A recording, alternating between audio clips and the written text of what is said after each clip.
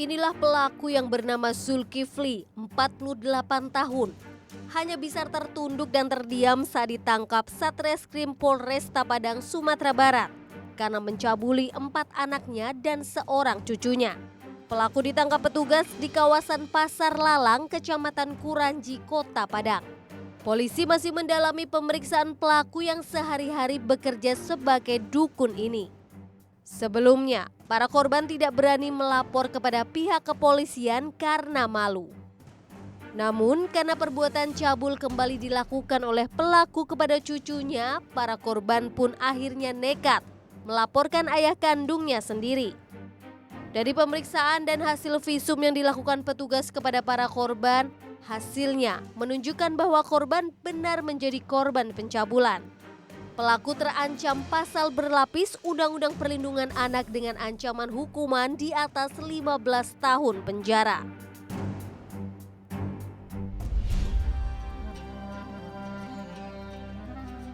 Assalamualaikum warahmatullahi wabarakatuh. Alhamdulillahi rabbil alamin. Wassalatu wassalamu ala asrafil anbiya'i wal mursalin Sayyidina wa maulana Muhammadin wa ala alihi wa sahbihi ajma'in, amma ba'du. Saudara-saudara, para pemirsa Net TV yang saya cintai, alhamdulillah hari ini kita dapat bertemu kembali dalam program Hikmah di Balik Kisah. Mudah-mudahan tayangan ini membawa banyak manfaat buat kita semua dalam menapaki kehidupan. Saudara-saudara, para pemirsa Net TV yang saya cintai, dalam diri manusia Allah memberikan hati, dan di dalam hati itu berbagai macam perasaan yang kita sebut dengan gelora. Ketahuilah, gelora yang tidak dilandasi dengan nilai-nilai iman kepada Allah akan melenceng keluar jauh dari nilai-nilai ajaran agama. Terlalu bergelora untuk mencari harta, akhirnya menghalalkan segala macam cara. Terlalu bergelora mengejar jabatan, akhirnya jilat atasan, injak bawahan, sikut kiri dan kanan. Begitupun bergelora dalam hal syahwat, memperturuti hawa nafsu. Disinilah letaknya iblis laknatullah bermain. Menjadikan hawa nafsu sebagai tunggangan, kendaraan yang jitu untuk menjerumuskan setiap anak Adam. Apa yang barusan kita saksikan, sebuah tayangan yang terjadi di daerah Sumatera Barat, sungguh sangat ironi. Saudara, begini, dalam tubuh kita ada yang disebut sifat bahimiyah. Menurut Imam Ghazali, dalam diri manusia terdapat berbagai macam sifat. Sifat ubudiyah. Apa itu sifat ubudiyah? Sifat menghamba kepada Allah. Manusia butuh spiritual. Karena itu ia melakukan berbagai macam ibadah-ibadah. Sifat ubudiyah ada pada diri manusia. Tetapi dalam diri kita ternyata juga menurut Imam Ghazali ada sifat binatang buas. Binatang buas, akal fikirannya tidak ada. Otaknya mungkin ada. Jelas otak ada, tapi pikiran dia nggak ada. Maka sifat-sifat binatang ada pada diri manusia. Menghalalkan segala cara, tamak, rakus. Sifat-sifat itu, sifat-sifat buas tersebut ada pada diri manusia. Karena itu kalau tidak dilandasi dengan nilai-nilai ajaran agama, tidak dilandasi dengan nilai-nilai iman kepada Allah, iblis saya katakan tadi di awal itu, menjadikan kendaraan ini yang bernama hawa nafsu menjadi kendaraan jitu. Bermain-main iblis membisikkan kepada hati manusia untuk memperturuti nafsu. Ketika seseorang makin melenceng dari jalan Allah, apalagi makin jauh, maka iblis laknatullah akan merasa puas. Kenapa? Orangnya sudah tersesat jauh dari jalan Allah Subhanahu wa ta'ala. Lewat apa? Lewat nafsu. Memperturuti syahwat. Yang kita saksikan sungguh sangat ironi. Itulah gambaran kita manusia.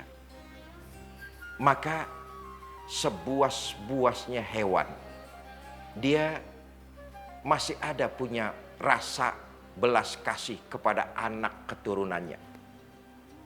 Sebuas-buasnya, saya katakan sekali lagi, sebuas-buasnya hewan, dia masih punya perasaan belas kasih kepada anak keturunannya. Singa, harimau, macan, itu binatang yang paling buas. Tapi sebuas-buasnya binatang, dia nggak akan pernah tega untuk menyakiti, apalagi memakan keturunannya. Tapi kita lihat, manusia dengan sifat bahimiyah, na'udzubillah, summa na'udzubillah. Manusia karena memiliki sifat bahimiyah, ternyata lebih buas dari binatang buas. Sebuas-buasnya ayam. Dari dulu saya belum pernah mendengar ada ayam jago memperkosa ayam itik.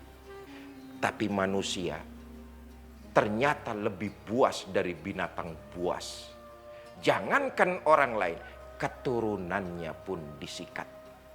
Inilah sebuah gambaran kepada kita bahwa Allah memberikan perasaan, Allah memberikan gelora.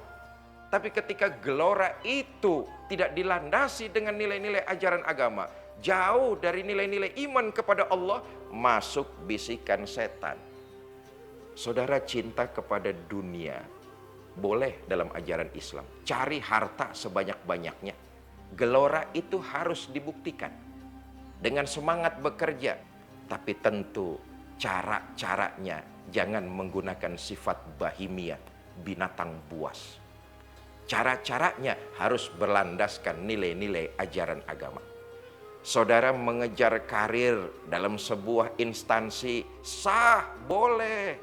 Umat Islam harus ada yang kaya, umat Islam harus ada yang jadi pejabat, silakan. Kejar karir saudara, kejar jabatan saudara, raih dan genggam itu semua. Tapi harus dilakukan dengan cara-cara yang sesuai dengan norma dan ajaran agama. Jangan menggunakan cara binatang buas.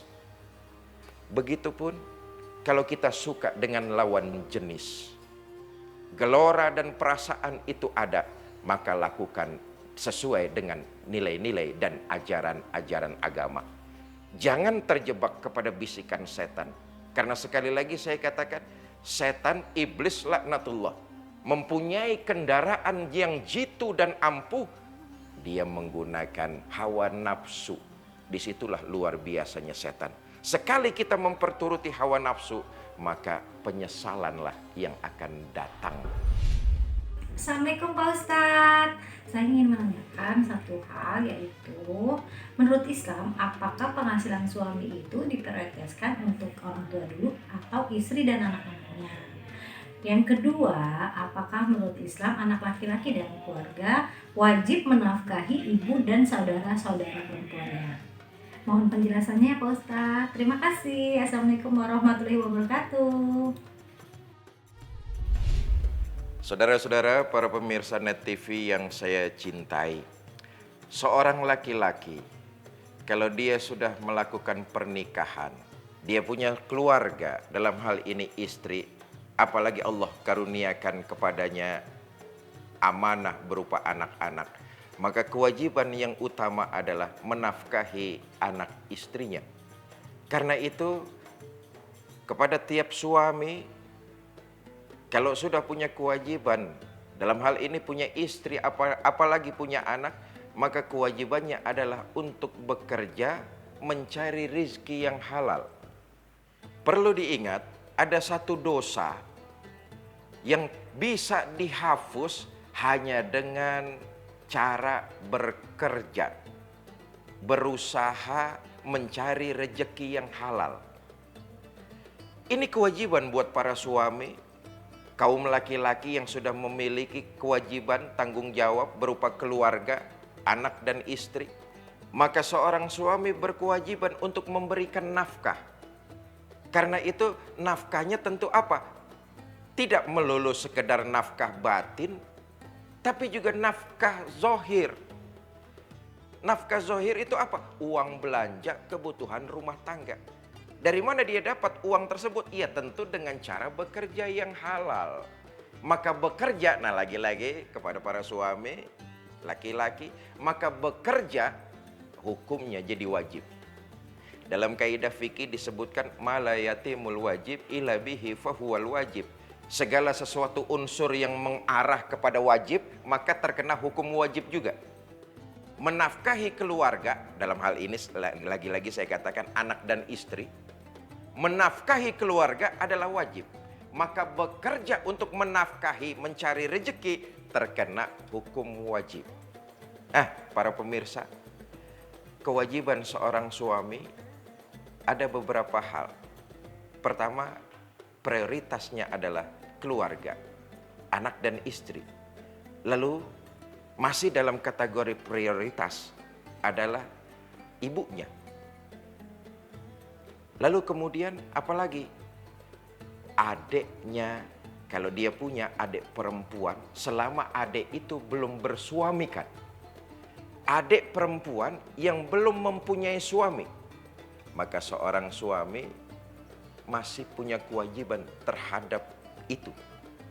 Nah, tinggal di sini para suami harus bisa memberikan pengertian kepada istrinya bahwa kehadiran dia sebagai suami berawal dari sebuah keluarga.